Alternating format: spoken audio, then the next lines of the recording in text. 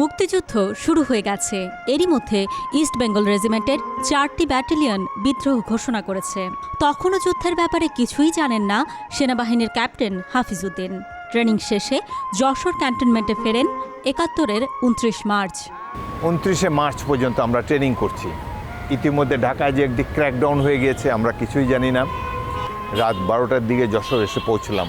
পায়ে হেঁটে এসেছি আমরা ৩৫০ সৈনিক। তো মোট ৭০০-র মধ্যে ৩৫০ তখন ছুটিতে ছিল আর ৩৫০ ক্যান্টনমেন্টে ছিল।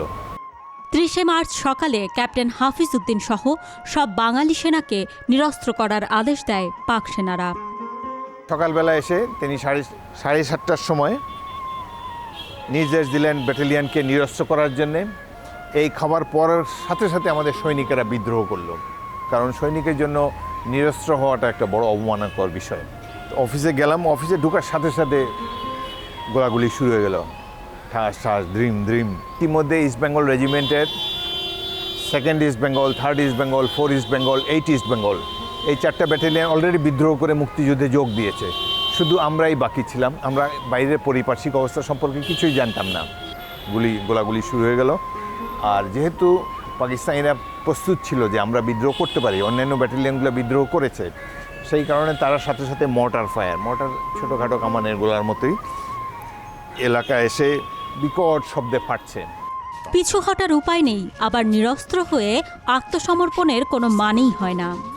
আর আমাদের সৈনিকেরাই প্রথম বিদ্রোহ করে অস্ত্রাগার ভেঙে অস্ত্র হাতে নিয়ে আমাদের পাশে একটা পাঞ্জাবি ইউনিট ছিল, ইঞ্জিনিয়ার্স কোম্পানি, সবাই পাঞ্জাবি সৈনিক, তাদের দিকে গুলি ছুটতে থাকে। আমাদের সৈনিকেরা কিছু উপরের দিকে গুলি ছুটতেছে, উচ্ছ্বাসের সাথে জয় বাংলা বলে চিৎকারও করছে, আল্লাহু আকবার, জয় বাংলা। এই একটা বেসামাল একটা পরিস্থিতি। আমি আসার পর সৈনিকেরা আমাকে এসে ঘিরে ধরল। আমাদের সৈনিকরা সবাই বাঙালি, যে স্যার আমরা বিদ্রোহ করেছি, আপনি এখন আমাদের নেতৃত্ব দিবেন। তো আমি আবার সিওর কাছে গেলাম, যে বললাম যে স্যার এভাবে বসে থাকার তো কোনো অর্থ হয় না, let us fight it out. তো তিনি কিছু বললেন না। তখন আমি দেখলাম যে এই সিদ্ধান্ত আমাকেই নিতে হবে। পরে আমি একটা গোলাগুলি হচ্ছে, কিন্তু আমি একটা থামের আড়ালে দাঁড়িয়ে 2 মিনিট চিন্তা করলাম কী করব। আমি কি অন্য অফিসারদের সাথে অফিস রুমে বসে থাকবো, নাকি বিদ্রোহী সৈনিকদের সাথে যোগ দেব। তো আমি সিদ্ধান্ত নিলাম বিদ্রোহের পক্ষে। সৈনিকদের সাথে গেলাম, সবাইকে ডেকে অর্গানাইজ করলাম, এবং তারপরেও 7 ঘন্টা যুদ্ধ চললো এই যশোর ক্যান্টনমেন্টে। এরকম টাইম বিকাল 4টা বেজে গিয়েছে, আমাদের গোলাগুলি শেষ, কারণ এই বিদ্রোহ কোনো পরিকল্পিত বিদ্রোহ ছিল না। এরই মধ্যে শহীদ হন এক সহযোদ্ধা, 2nd লেফটেন্যান্ট আনোয়ার হোসেন। তো তার কোমরে একটা মেশিন গানের বার্স্ট লাগে এবং উনি সেখানে শহীদ হন। এই অঞ্চলের যুদ্ধের প্রথম শহীদ। ততক্ষণে 3 দিক থেকে ঘিরে ফেলেছে পাক বাহিনী। একদিকে কেবল খোলা মাঠ। 8 ঘন্টা যুদ্ধের পর আমি সিদ্ধান্ত নিলাম এখন আমাদের বের হয়ে যেতে হবে। 3 দিক দিয়ে আমাদেরকে ঘিরে ফেলা হয়েছে, একটা দিক খোলা, বা সেই দিকটাও তারা একটা খোলা মাঠ, সেখানেও তারা ফায়ার করে করে ওই জায়গায় ধুলা উঠছে শীতকালের দিন। আমি বললাম যে এই গোলাগুলির মধ্যে দিয়ে আমাদের বের হয়ে যেতে, বৃষ্টির মতো গুলি আসছে। তখন এই গোলাগুলির ভিতর দিয়ে আমি 200 সৈনিক নিয়ে বের হয়ে গেলাম। আমরা কাছে খিতিব দিয়ে গ্রামে যখন গেলাম, ওখানে দেখি হাজার হাজার লোক দা, কুড়াল, বন্যা সব দেশীয় অস্ত্রশস্ত্র নিয়ে জয় বাংলা বলে তারা প্রস্তুত। এবং তারা বলল, আমাদেরকে জড়িয়ে ধরল। তাদের কাছে শুনলাম দেশে মুক্তিযুদ্ধ শুরু হয়ে গিয়েছে, এবং আমরা হাঁপ ছেড়ে বাঁচলাম। আমি ভেবেছিলাম বাংলাদেশে বোধহয় আমি একাই বিদ্রোহ করেছি আমার সেনাদল নিয়ে। তৎকালীন সময়ে আইজিপির বডিগার্ড হিসেবে দায়িত্ব পালন করতেন। বাঙালি সেনাদের আগেই একত্রিত করেছিলেন ক্যাপ্টেন হাফিজ। এবার যুদ্ধ জয়ের পালা। হাজার হাজার যুবক তরুণ তারা এসে বলে, স্যার অস্ত্র দেন, আমরাও যুদ্ধ করব।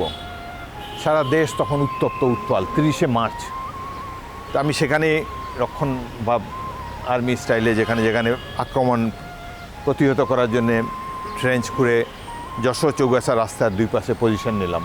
সেখানে আমার 200 সাথে বিডিআরেরও ছিল, ইপিআরের 200 সৈনিক। তো 400 সৈনিকের বড় অবস্থান নিয়ে আমরা যশোর এবং বেনাপোল এই পাকা রাস্তা গ্র্যান্ড ট্রান রোডের 2 পাশে কাগজপুকুরে অবস্থান নিলাম। রওনা হলেন বেনাপোলের দিকে। এই বেনাপোল এলাকায় 24শে এপ্রিল থেকে শুরু করে আমরা আবার 2 মাইল পিছনে পজিশন নেই, আবার পাকিস্তানিরা আক্রমণ করে।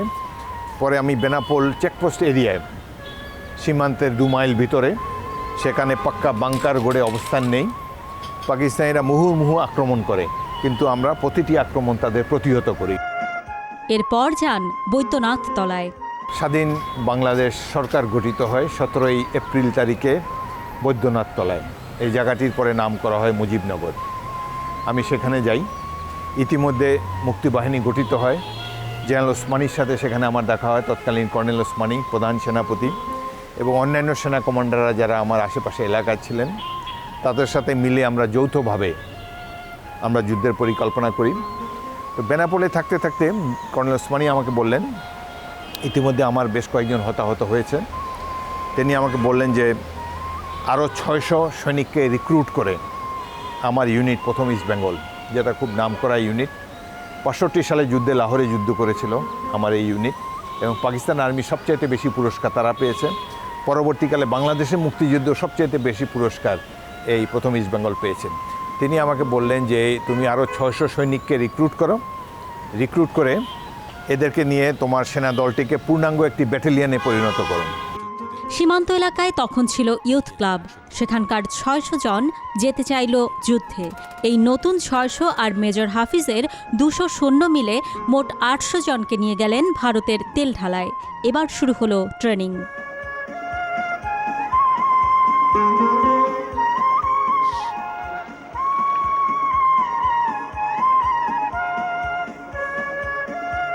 এই ট্রেনিংয়ের ফলে তারা নতুন সৈনিকেরা একটা দুর্ধর্ষ সেনা দলে পরিণত হলো। এরা জীবন উৎসর্গ করতে 1 মিনিটও চিন্তা করে না। তাদের দেশের জন্য জীবন এত হেলায় উৎসর্গ করা যায়, মানুষদের দেশকে কত ভালোবাসে, এই এক্সপিরিয়েন্স এদেরকে দেখে এবং 71-এর বিভিন্ন যুদ্ধে আমার সেই অনুভূতিটা হলো, আমার সেই উপলব্ধিটা হলো।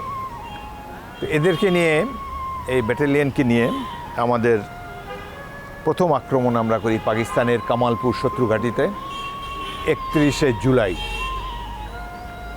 যে ধরনের আক্রমণ আমরা করি, পাকিস্তানিরা একটা শক্ত ঘাঁটি, বেলুচ রেজিমেন্ট একটা কোম্পানি প্লাস, সেখানে শক্ত হয়ে বসেছিল। তাদের ছিল কংক্রিটের বাংকার, তার সামনে মাইনফিল্ড চারিদিকে, তারপরে কাঁটাতারের বেড়া, এবং তাদের পিছনে সাপোর্ট দেওয়ার জন্য আছে কামানের গোলা। এই ধরনের একটি শক্ত ডিফেন্সে আমরা সদ্য প্রশিক্ষিত, যে ছেলেটি 6 সপ্তাহ আগে রাইফেল দেখেও নাই, টাচ করেও দেখে নেই, তাদেরকে নিয়ে 200 সৈনিক নিয়ে আমরা আক্রমণ করি।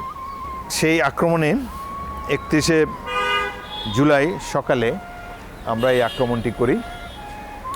এই আক্রমণে এই মাইনফিল্ড পেরিয়ে এবং শত্রুর কামানের গোলাগুলি উপেক্ষা করে আমরা কিছুটা অংশ দখল করি।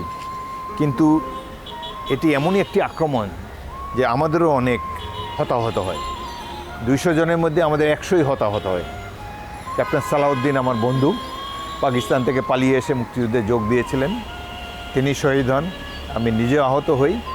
এই যুদ্ধে, মুক্তিযুদ্ধের সবচাইতে ভয়াবহ যুদ্ধ হলো এটি।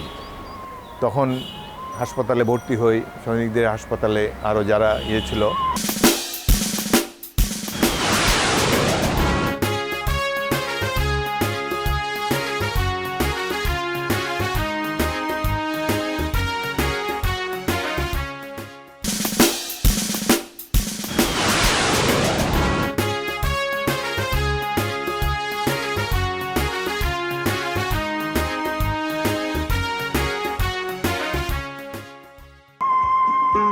আবার ট্রেনিং শুরু হয়।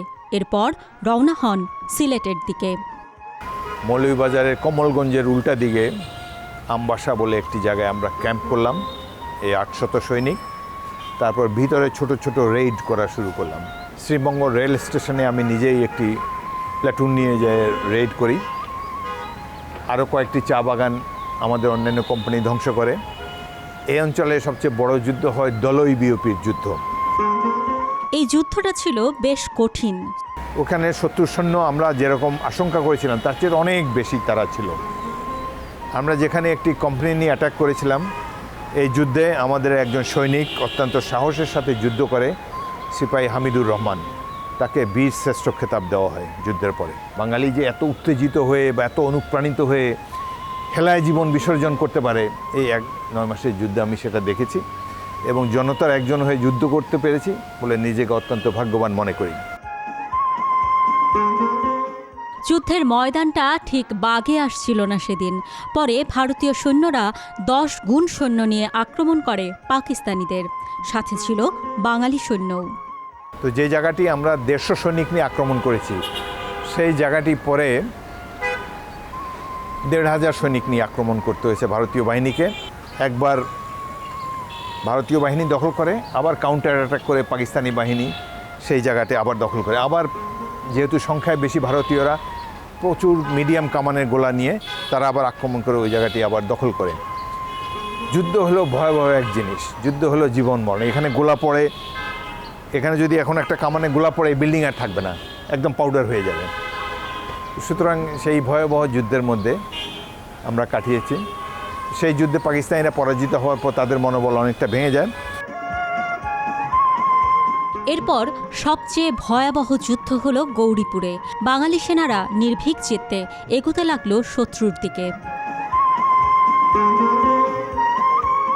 সন্ধ্যা হয়ে গেল, গৌরীপুরে আমরা রক্ষণ ব্যবস্থা নিলাম, ডিফেন্স নিলাম। পরদিন ভোরে, খুব ভোরবেলায় পাকিস্তানি বাহিনী আমাদের উপর আক্রমণ করে।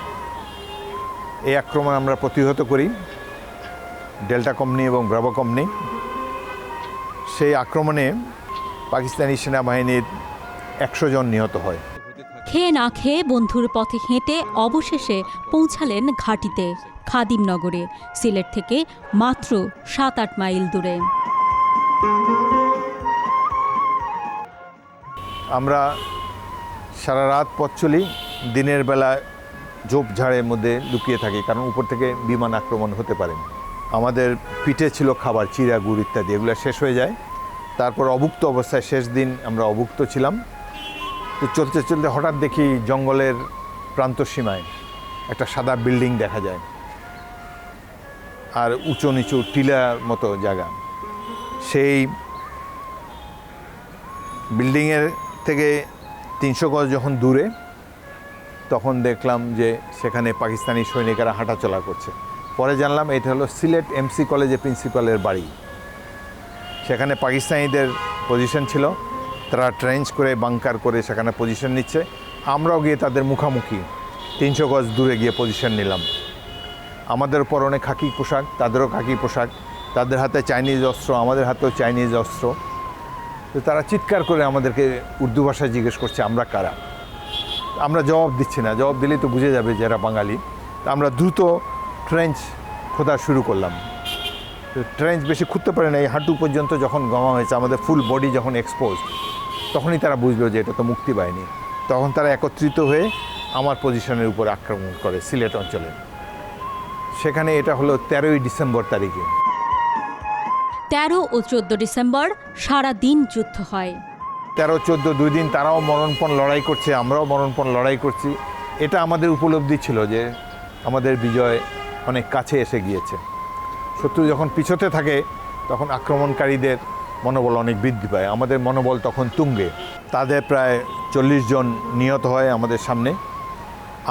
আমার কোম্পানিরও 14 জন শহীদ হয়।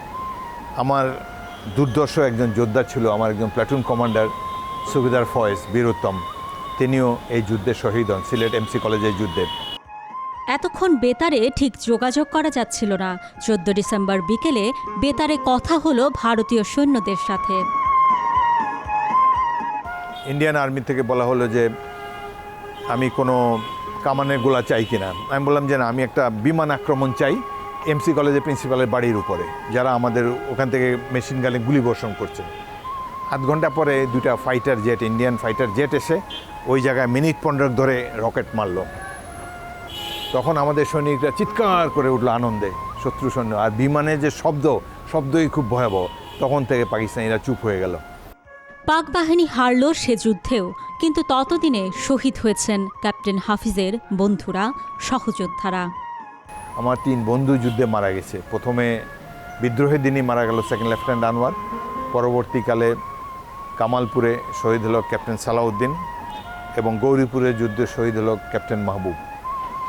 এই যে 3 জন শহীদ হবে, আমি মনে করছি নেক্সট যে কোনো সময় তো আমারও টার্ন আসতে পারে। অলরেডি একবার আহত হয়েছে যুদ্ধে। যুদ্ধ খুব ভয়াবহ একটি জিনিস।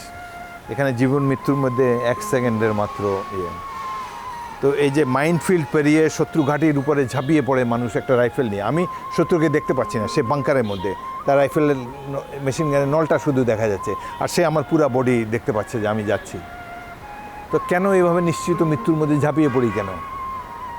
দেশের স্বাধীনতার জন্য। দেশ যে মানুষের কত প্রিয়, এবং বাঙালিরা স্বাধীনতা যুদ্ধে যে বীরত্ব দেখিয়েছে তুলনাহীন। এরপর এলো সেই ঘোষণা, পাকিস্তানি সেনারা আত্মসমর্পণ করবে।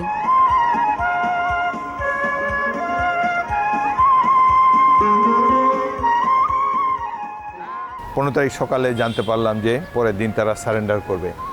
তো সেই যে সারেন্ডার করবে এই সংবাদটা পাওয়া, এটা আমার জীবনের অত্যন্ত আনন্দের একটি সংবাদ, জীবনের অত্যন্ত আনন্দমুখর একটি সময়, এবং আমরা ভেবেছিলাম যে যুদ্ধে শহীদ হয়ে যাব। মেজর হাফিজ উদ্দিন দেশ স্বাধীন হওয়ার পর খেতাব পেয়েছেন বীর বিক্রম, কিন্তু যেমন দেশ চেয়েছিলেন তেমন দেশ কি পেলেন? স্বাধীনতার পরে দেখলাম যে যারা বক্তৃতা দিয়েছে তারাই বড়, যাদের জীবনের ঝুঁকি জীবনেও নিতে হয় না কখনো, যারা যুদ্ধক্ষেত্রের 10-15 মাইলের মধ্যে কোনো দিন যায় নাই অথচ বয়সে তরুণ বা যুবক, তারাই বড় মুক্তিযোদ্ধা হয়ে গিয়েছে। তাই তরুণদেরই এগিয়ে আসতে বললেন এই বীর মুক্তিযোদ্ধা। গণমানুষের অধিকারের জন্য যুদ্ধ করেছিলেন বাংলার বীর সেনারা। ছিনিয়ে আনা সেই অধিকার আর স্বাধীনতার সূর্য বাংলার বুকে অম্লান থাকবে, এই আশা এই বীর বিক্রমের। ভোরে, খুব ভোরবেলায় পাকিস্তানি বাহিনী আমাদের উপর আক্রমণ করে।